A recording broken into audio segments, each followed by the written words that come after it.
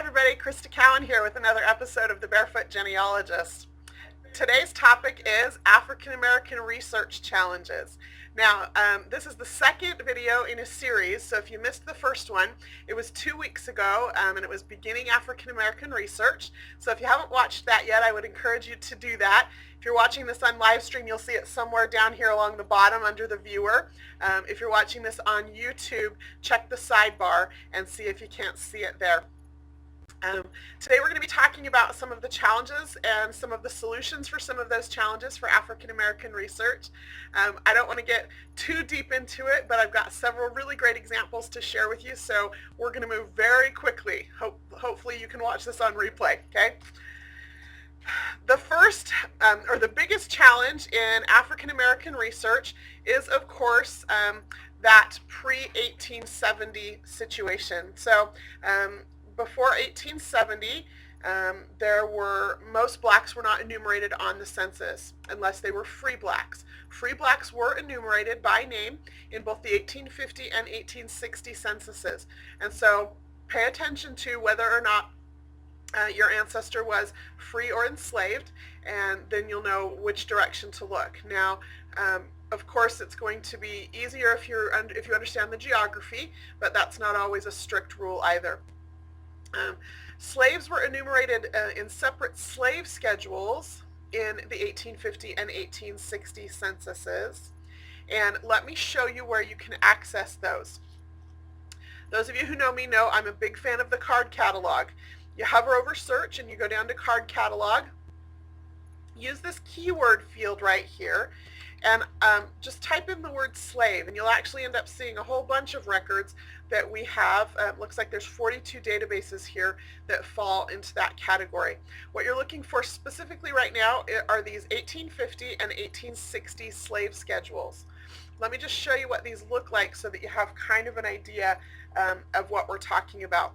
Now, the slave schedules were going to be enumerated by the name of the slave owner.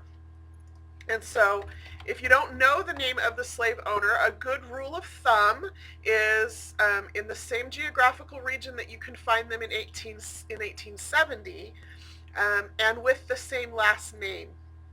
Of course, that's not always the case, but many slaves took on the surname of the slave owner. And so if you can just start with that, that will help kind of get you closer to the right direction. Now I'm going to click search on this. We're going to find Eliza Jackson in, well, that wasn't the one I was looking for, but we'll use it. Eliza Jackson in Kentucky here. So what you're going to see, it's going to look kind of like a census image, but what it's actually doing is it's enumerating the slaves. Now, most of them are not going to be listed by name. Let's let this image clear up here a second. There we go. Okay, but what you're going to see is the name of the slave owner, the number of slaves, the age, the sex, and the color.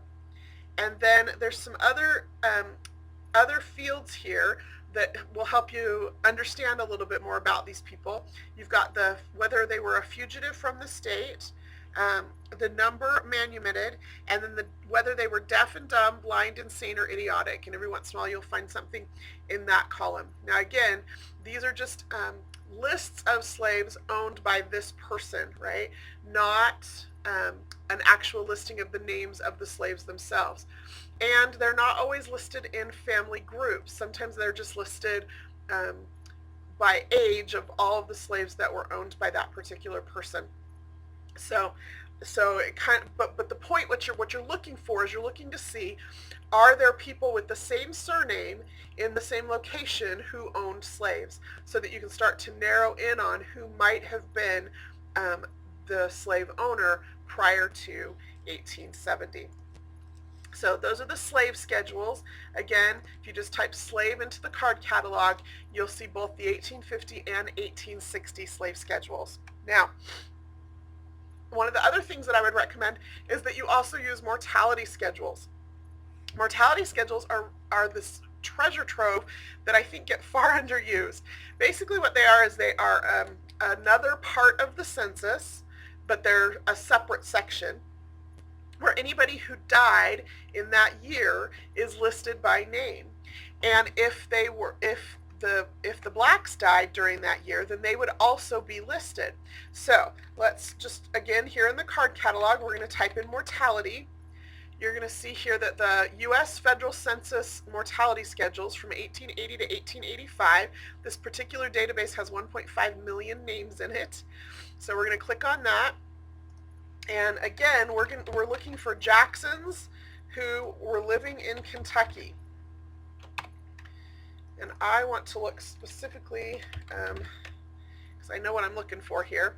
So when you get to this, what it's going to tell you is, so we're in Hopkins County, Kentucky, and we're looking for Jacksons. And at the very top of this page, when this image finally loads, at the very top of this page, what you're going to see here, let's make that just a smidge bigger for you, okay, is Permelia Jackson. She's 25 years old, she's a female, and she's black. It lists whether or not they are free or a slave. She's listed as a slave. Whether they're married or widowed, she's listed as, I believe that's an S for single. She was born in Kentucky. She died in the month of April. She's a field hand. She died of dropsy, and she was sick for 3 months. So if you just kind of skim down this page, every time the person was black, they noted that. So if they were white, they just left it blank. And then if they were black, they went ahead and noted that. So blacks were included by name in mortality schedules prior to 1870. So maybe not your ancestor, but maybe one of their children, one of their siblings or spouses. So it's a good way to start to get familiar with the construction of the family in that time and place. Okay, let's go back over here. I told you we had lots to cover today. So prior to 1850, just like everything else, prior to 1850, the census only lists the head of household, but the slaves were enumerated as part of the household. So if you just follow the tick marks across, again, what you're looking for is people in the same time and place who owned slaves, so that you can start to see who the possibilities are for the slave owners, so you know where to go to get plantation records and other records that will help you identify more about your family. So again, that rule is just to use the same geographic region and search for families with the same last name. That's not a hard and fast rule, but it's certainly a good guiding rule to help you get started in the right direction. Okay. There are other records available. So these are just some of my favorite. The Freedmen's Bureau and the Freedmen's Bank records. Those are fantastic records. A lot of blacks served in the Civil War, and when they did that, they were paid for their service. And so all of a sudden they had this cash on hand, and so a bank was set up. This banking system was set up for them to keep track of their finances. The Southern Claims Commission records, and we'll look at all these here in a minute. The Southern Claims Commission was actually petitions that were made for reparations by those in the South, and pages and pages of testimony were taken, and oftentimes the former slaves served as testified on behalf of their former owners about the conditions of the plantation and all the information that they needed to be able to get access to those reparations. And so they'll be listed by name in those claims. And then voter registration lists. There was the laws change and they're different by different state, but oftentimes right after the Civil War, freed slaves were allowed to vote, and so they were signing up very quickly on these voter registration lists with information about where they were living and how, if they were of age to vote. So let's look at just where we're going to find these. Again, we're going to go back into that card catalog, and we are going to first look at the Freedmen's records. So we're just going to type that in the keyword field there. You're going to see here that there's 6 different databases that come up. This is the one that we're interested in the most, the U.S. Freedmen Bureau Record of Field Offices.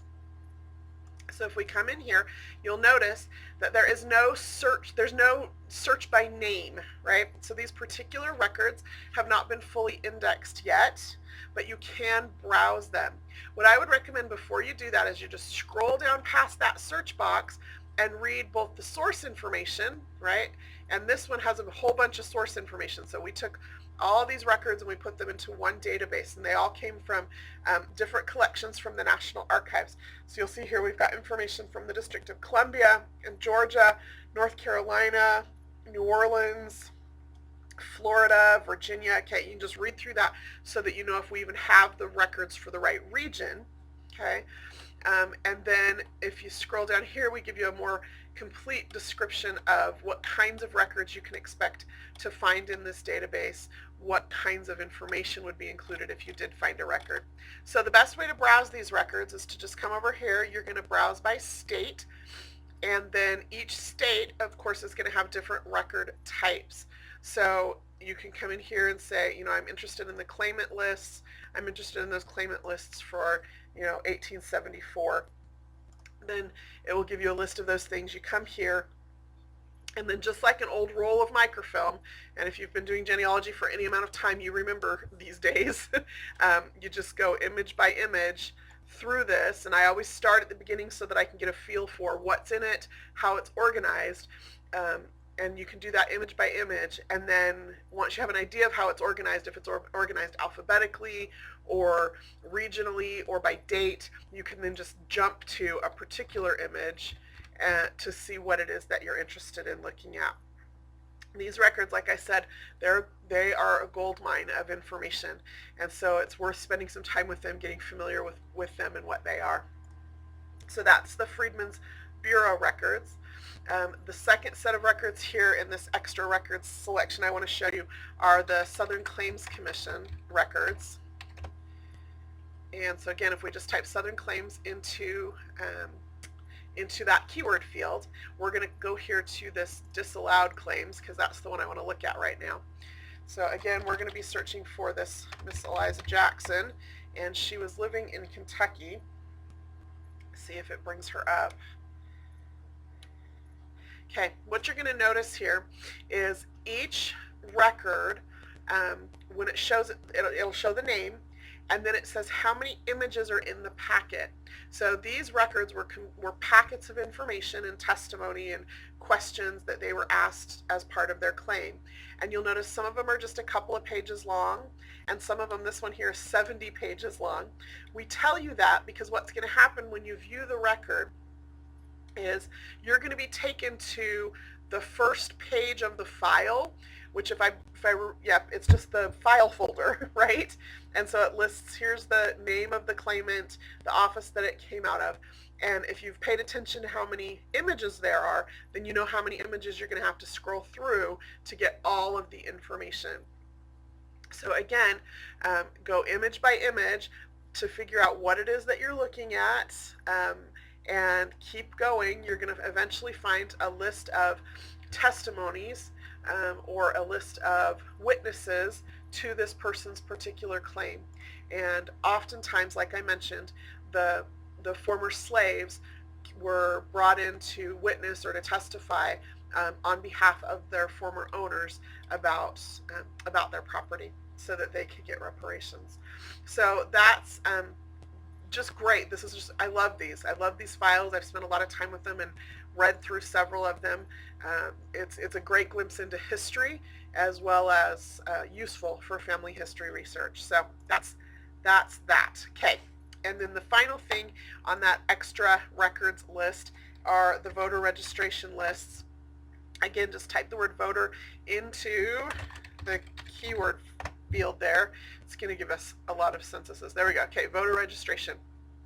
It always sorts by popularity. You can actually adjust that to sort it by database title or, you know, date updated. Lots of different ways you can sort that. Sorry. Okay, so those are those extra records that are available to you. Now, let me just give you a few more tips or clues for solving some of these difficult research challenges. If you're not familiar, Ancestry.com has a wiki, which just is basically, we've taken the books, the source and the red book, and we've put them online for free in a wiki format. And then we also have things that have been added or updated to that wiki, and you are free to do the same as it gets used. That wiki can be found here under the Learning Center. Again, you're just going to hover over this, don't click, scroll all the way down to Family History Wiki. What I would recommend in here is just in this search box, type African American and see what comes up. I would recommend starting with this overview of African American research. It's going to take you to the article from the source by Tony Burrows, who is probably one of the most preeminent African American genealogists in the country, and he has this great article here about just some overview or basics about research. Over here in the sidebar, you're going to see information or further things that you can click on, some compiled sources, military records that are available, more information about the Freedmen's Bank and the Freedmen's Bureau records. The two articles that I would recommend to you are these Researching Free Blacks and Researching Slavery. When you click on those, again, you get more information again from Tony about how to do that research and some additional information about where to do that research, what records exist, where those records are held, what kinds of things you can expect to encounter as you go through this research process. So really great information there. Again, that's on the Family History Wiki if you just type in African American and see what comes up. Now you'll notice that, and go exploring, right? One of the other things that comes up is African American research in different states. So I could put in, African American Kentucky and see what comes up that has specific to do with the region that I'm interested in. So play around with it, get familiar with it, and recognize that there's some really great resources in there and information about how to do some of this research. Okay, the next thing I would recommend to you is to use the message boards. If you have not used the message boards on Ancestry.com, you're missing a whole gold mine. Basically what it is it's the community that helps each other. You can post something on the message board about a specific research problem, like I'm looking for this person in this time in this place, and I'm trying to find out who their parents were, right? Again, a really specific thing. Or you can also post more generic things, like I want to understand more about, where to find plantation records for, Prince George County, Virginia, and so people will answer those kinds of questions as well. I would recommend that you start with the message board found at this location. Let me show you how to find that. So message boards, let me go back to Ancestry here. Message boards are found under the Collaborate tab here on Ancestry. If you just hover over that, it's the second option here, message boards. When you click on that, you can do a keyword search, but if you just scroll down, what you're looking at is the topics, and you can go to more topics, and then we're going to click on ethnic and race, and then we're going to click on African American. And you can see here that there are thousands and thousands of threads and thousands of messages in different categories under African American research. So we have a subcategory here of plantations. We have people asking questions and answering questions about slave information, about slaves in specific states, about the Underground Railroad, and then they're broken out by state if you want further information that way. So you can go through and read or respond or post on any one of these message boards, and you can see here we were getting responses on one of these message boards this morning at 8 a.m. So this one's yesterday at 6:28 p.m. So many of these are active message boards with people having access to that information and helping as a community, helping each other to get some of the information that they need. So that's the message boards. One of the last things I want to talk to you about is the Virginia Historical Society, if you have ancestors from Virginia, has done this amazing thing. They have created a database, and I believe that it's still in process, like it's still growing, a database called Unknown No Longer, and that's the Virginia Historical Society. And it is actually a searchable database of Unknown No Longer. I'm just going to Google Unknown No Longer and Virginia, and it should come up as the very first thing. So Unknown No Longer, Virginia Historical Society, and you can search by name for for slavery ancestors. And it's a really amazing thing that they're doing here, and they have links to records. This particular record that we're looking at is actually a bond record from 1853, and for some work to be done on the railroad. The owners were binding their slaves out to other owners to help work on a particular project. And then it also lists, and I love this, this is really useful over here, not just the birth date of that particular slave, but other slaves owned by that person. Now, we all know families weren't always kept together, but sometimes they were. And so pay attention to this to start to see who others were that were working on the same projects, and then also owned by the same owners. That's a really great resource, and I really just applaud the Virginia Historical Society for what they're doing there. The very last thing I would recommend is that you join a genealogical society. Genealogical societies are often regional, and if you just go to this particular website here, and I don't know if you can read that, so let me click on it so that, let's see if it'll let me click on it here. Let's just go to it this way. If we go to aahgs.org, so that's African American Historical and Genealogical Society.org, aahgs.org. They have a list here that they're a national organization, but they have local chapters. So if you just click on this local chapters link here and then click on where you live, you can find a chapter in your area to join. I've spoken to a few of these groups. These are very active organizations that are there to help each other, and so you can join the one that's local to you so that you can get live in-person help, or you can join one that is, you can join one that's local in the area that you're researching. So just because you live in California, if your ancestors were from Georgia, maybe you want to join the AAHGS group, because it's likely that they'll be more familiar with the kinds of records that are available in archives and libraries and historical societies in their area. And so they can help you know about and get access to records that are not yet online. So genealogical societies for anybody are fantastic, but for African American research, they're particularly useful because of that networking ability to work with others who have worked through some of the same challenges you're facing, and also who can kind of help you, prod you along your way. So hopefully that was helpful to you. I know I threw a lot of information at you. If you need to, this will be replayed immediately after this, and then it will be archived on YouTube later today or first thing tomorrow. If you have any questions for me, you can email at ask@ancestry.com.